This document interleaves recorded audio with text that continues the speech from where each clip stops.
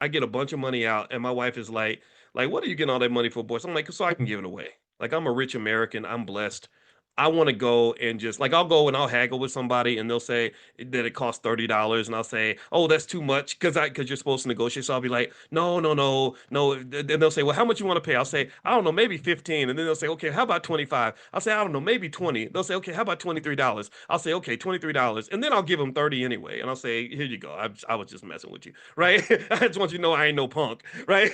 And so, or someone will try to sell something and it's amazing to like even be in a space where you know that giving a kid an extra $3 can really make a big difference in their life that day. So people will try to sell me stuff, and I'll be like, "Look, I don't have time to buy anything, but here you go. All right, have a good day."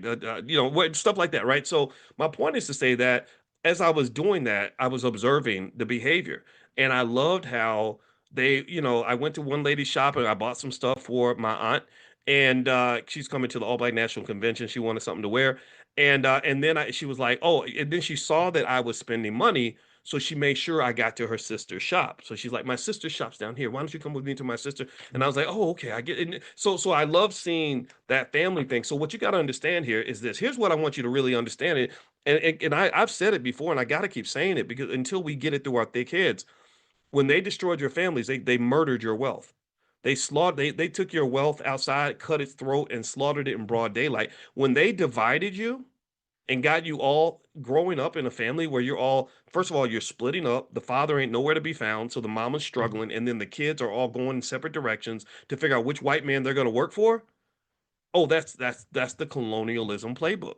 Let's get these Negroes separated so we can extract the so we can suck blood out of each of them one by one.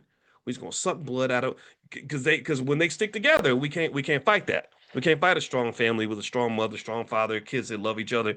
But we can suck the blood out of individual Negroes because individual Negroes have no safety and no protection. So they're all going to be financially desperate. And when they're financially desperate, then they have to come to work.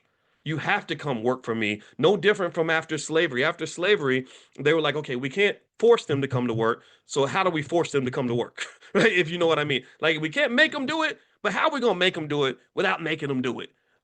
How do we create the illusion of choice? The illusion of choice. Now I want to ask you a question on that topic, illusion of choice. How many of you would really say that you know somebody or you've had the experience where you had to go to work every day? Like if you say, "Hey, why don't you just stay home? Like you're tired. You should spend time with your kids." But what do they say? I got to go to work, right? Most of you know somebody. A lot of you probably feel that way, and that's all by design. That's what capitalism does. That's why I'm not. That's why I'm not interested in being a capitalist. Americanized capitalism says I need you to be hungry and I need you to be desperate because then I can manipulate you with money. When you become a problem is when I can't use my economic tools to control you anymore. When I offer you money and you say, I'm sorry, but there are things here that are more valuable than money, then damn, that sucks because now I can't control you. So I think I'm gonna just have to kill you.